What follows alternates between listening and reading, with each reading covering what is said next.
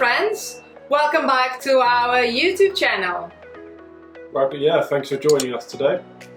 Today is our episode number 8, and today we are bringing you the story about Mo Farah that is on the news right now. It just came up, a documentary. The name is the Real Mo Farah BBC documentary, which one we just have seen it to bring you all the story with all the details, the names and the dates for you. So yeah, Mo Farah, he's a four gold medal long distance runner, Olympic gold medalist, I should say. And so everything that there is out there to win, he just won.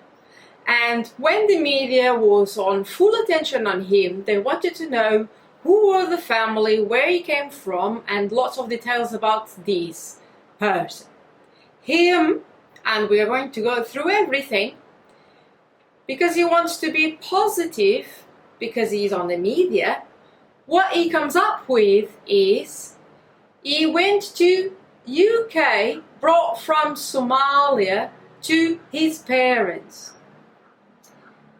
Now, he had to come up with all the truth, and he has to say to the world everything about his story. And we're going through all of these in detail. So yeah, Mo Farah was living a lie, basically. He was told things and he believed them as a kid and this and that, and he lived as a lie. And he became successful, and his conscience, I suppose, he wanted to fix the lies. So he's come out to tell his story about how he was trafficked. Yeah. So Mo Farah, he started saying to the media that with about age 8 and 9, he came from Somalia with his mom and his 2 brothers, and in UK he met the father with that family. But the true story that he just came out to public to say is that, first of all, his name is not Mohammed Farah. His name is Hussein Abdi Kahin. And his real dad, he was killed when he was age 4 in a civil war in Somalia. And on the documentary, he says that he remembered the father being decapitated with a bazooka. Yeah. And he carries on saying that he was actually separated from his mother and took illegally to UK by a woman. When he was 9 years old, he got in a plane with a woman and 2 kids, and he remembered going through the passport check and being told to not talk to anyone, and to say that his name was Muhammad. He remembers being excited, being in the airport, going in the airplane, and he describes all these moments. He had a piece of paper about his relative contacts, and that's what he has been told, that he was going to meet his relatives in UK. But actually, on the moment that he is inside the car with that woman and those kids, and he sees the woman ripping off. The woman takes it from him and rips it up. The contact details. Yes, when he sees the woman ripping off the paper, he has the feeling that he is in real trouble now. So the woman put him to cook, to clean, to feed the other children that she had back in UK. Now there is an important detail in here that in the airport, when she arrives to UK with him and the other 2 kids, you remember a man, and that man was the husband of the woman. That man treated him well, completely different from the woman, but the man was rarely with him and that house. Really at home, yes. So basically this woman put the athlete, Mohammed Farah, like the world knew him, put him to work as a slave, as a domestic slave. Yeah, they call it domestic servitude, for trafficking for domestic servitude. And has even told him, if you want food, you have to work for it. So he had to clean and take care of the other children.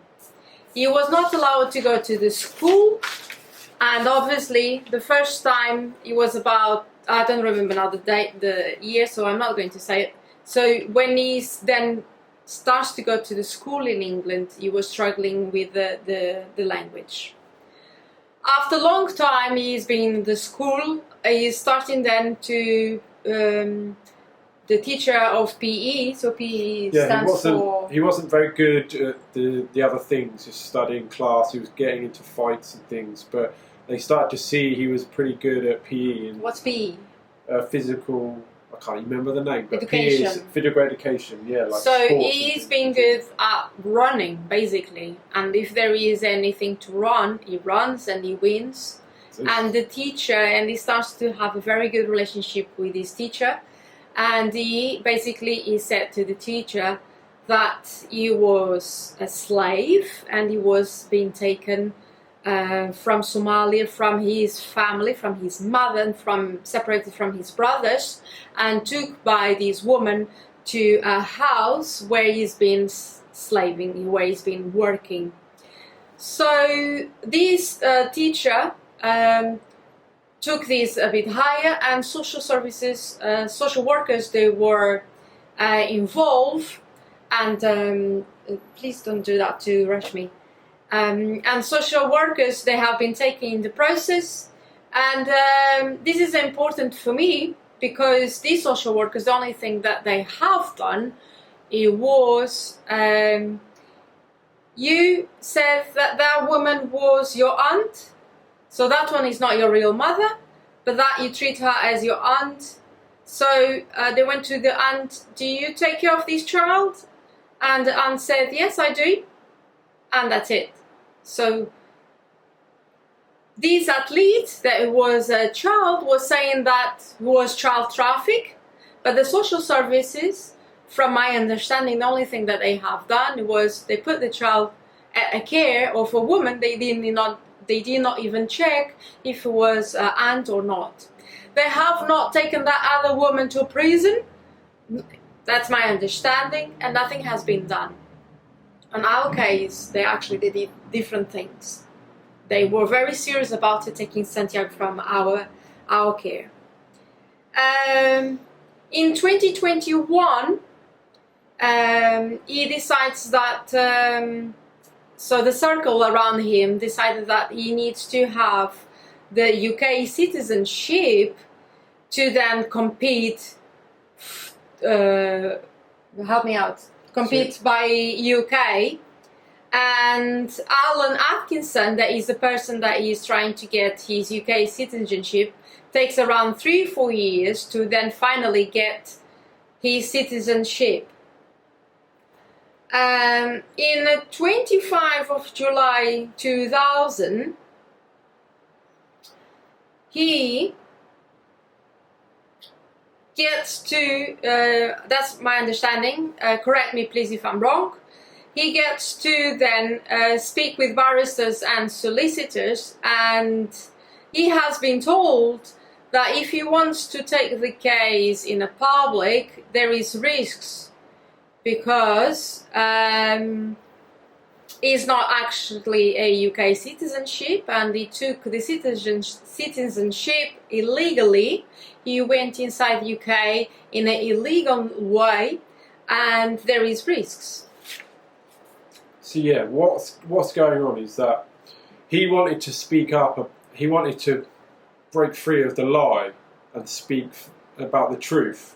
And what that did by speaking up and being public about it, because he lied on TV and various other things, is that he has to then face up to the other realities of the citizenship and the status, his legal status in the UK. He could lose it, he could this, and he wanted to find out, so he went to a solicitor, a lawyer, and had a meeting, and they discussed these things. So he found out, there's a risk there. So basically, and I will go through that, is he's a victim, but at the end he can be punished by saying the truth. Now, cutting the thing short, he has memories from him even when he's 4 years old and the father died. So he, once the media got to make him very public, there is someone from Somalia that approaches him and say, I know who is your mother. And he got in contact with his own mother in Somalia, and we got in completely tears when that happened. And he gets to know more about the story. He saves money and go and meets the mother. And this was about already 20 years ago. And now in documentary, he gets to ask his mother what were the reasons why he has been taken to UK.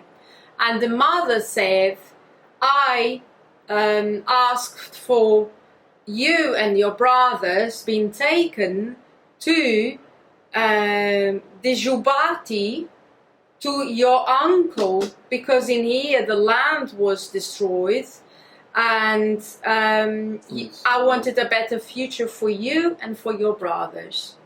And on this place in Djibouti, and probably this uncle, instead of taking care of him and taking him to his relatives in UK, what he did, he sold him to this woman that then put him as a slave at her home.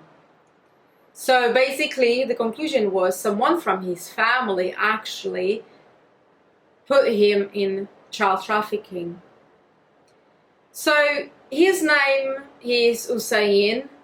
He shared the moment where he heard the mother telling him that never thought to know about anything about him, and thought was not going to see him back again, and did not know anything about him, because the mother got to know where the brothers were and was in contact with the brothers, but not with him, because once in the morning he was left because the woman took him and not the brothers.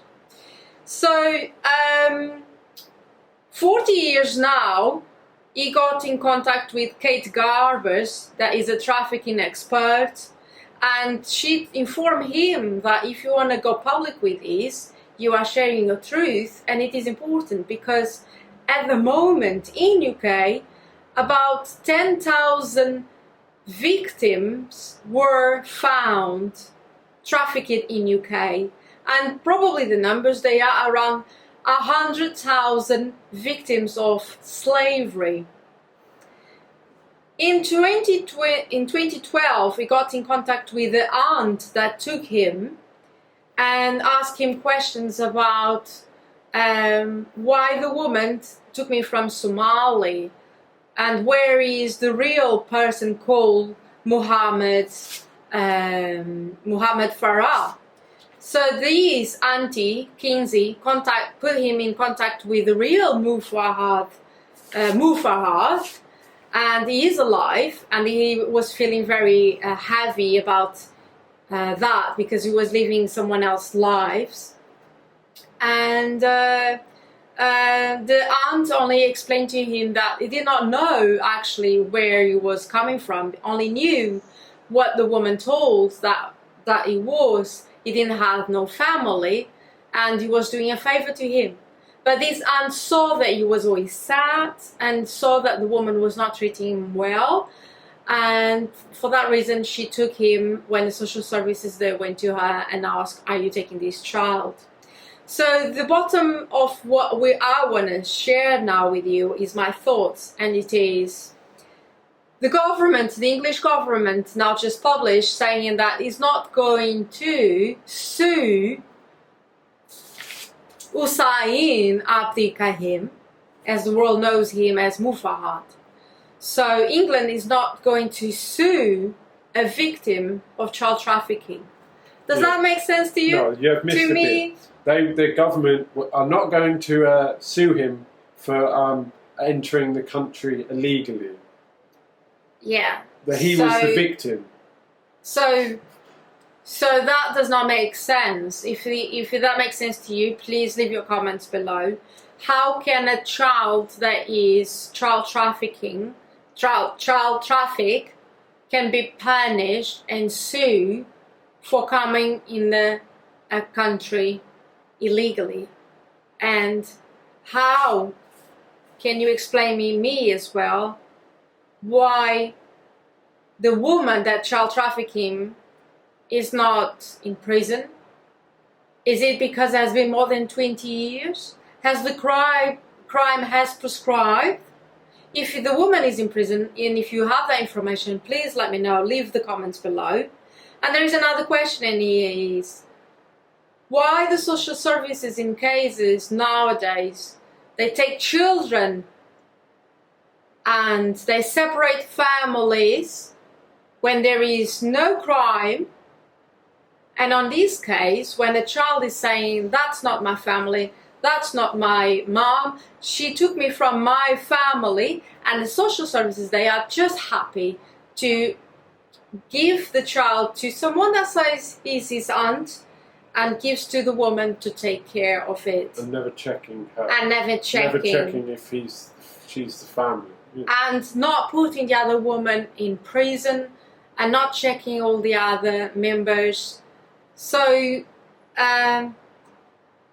we want to thank Hussein Abdi Kahim, or Mo Farah, because it seems he's still carrying on that name as the world knows him, for bringing his truth out and for exposing his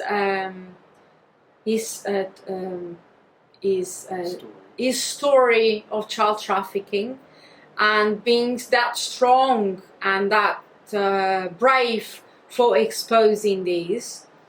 And I think it's very important that nowadays we can see that children are being taken from Somalia, and it's that easy just to fake visa documents and take that people to UK. And the UK is happy for having a person from Somalia and get medals, but then wants to and puts in thoughts to sue that person for illegal entrance. Yeah, I had, there's the newspaper article saying we are not going to sue him. So by logic or whatever, they considered suing Mo for entering the UK illegally. That to me is like a stab. Like your country would even, because he run for the country, his country. Yeah. And that's like a stab in the back, that is. Yeah. That's like, and they cannot, disgusting. They cannot say because he lied when in front of the cameras, he said this or that, because he could be even threatened. The bottom thing, I think, is the social service did not investigate it, did not put anyone in prison, and they are the responsible ones for all of these situations.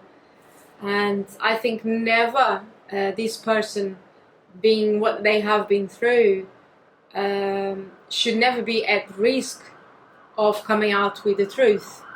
So I would like to know what you think about this, and I think it's very important that this is in the media and is bringing the awareness of the people of a person that right next to your house can actually be a victim of child trafficking. Domestic servitude, yes, slavery. Trafficking children for slavery. Yeah, and there is something that I want to share with you guys as well, is that I believe he always won the medals because he was just running home. He was running home. He just wanted to run from all that violence that he was living. And another detail, he said that he always knew he was going to find his family. That's amazing. More than 20 years after, he meets his mother, he meets the brothers, his son meets the grandmother and meets the uncles, and he was back in his village and he is in peace again with him. And it's amazing. I find it's an amazing story, and I want to believe that Santiago is going to meet us and we are going to be in peace, and we're going to hug Santiago. And I just want that Santiago is going to be well and strong on his mind to process of everything that happened on his life. I think this is a very, very strong story. Me and Leonardo, we cried a lot on the moment that he hears the mother and he meets the family, and the opportunity of the life bringing him to his family and making him a such hero and getting so many medals and allowing the family back in Somalia to find him. It is an amazing story. Is the universe helping? I feel very inspired by this story. I think that's why it's important, and I wanted to bring this to you. And that's it. I don't want to add anything else. No, I think, well, that's, you know, you have a great skill, Yolanda, that you can bring certain aspects of these stories and reflect it in our story, and how and to see certain other sides of things, like the social services not doing what they should do. Yeah, they should be investigating her, finding out she's real. She's the real factual family. But they didn't. So they didn't. Is the woman still alive? Is the woman in charge?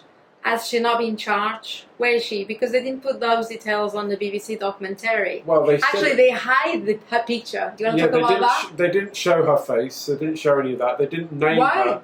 Exactly. They also on the screen said they tried to contact her, but she didn't want.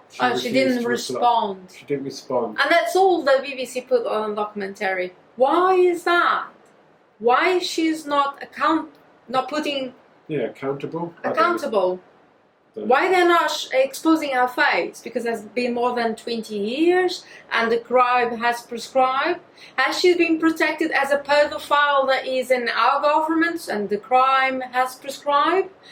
You know, it's like the other woman in America that she has been charged 20 years, but there is no clients, no list has been exposed, and so many famous people, they have been asked for the list. You know, me, having committed no crime, social services, they were very fast to take my baby from me, from my breast, from providing milk for Santiago, from ripping me and my family from Santiago. That social services, they are very fast to do. I want to give a message to Mo Farah. Thank you so much. Who knows? If you get to see this video, Mo Farah, thank you so much for coming forward with your story. I would love to get an email from you or get a video call one day with you. And who knows, if you help me out to get in contact with my baby Santiago. Who knows? Mo Farah, congratulations for your story. And I wish more people to come forward with their own stories, other parents. So thank you for watching, everyone. Thank you for watching. Leave the comment below and like the video. Like the video, subscribe and share this video. And there is that bell. Put the notifications on. And guys, you already know, next Monday on 7 p.m. we are here for another episode. Thank you so much, and keep updated with Santiago's mom and dad. Bye for now. Bye for now. Bye.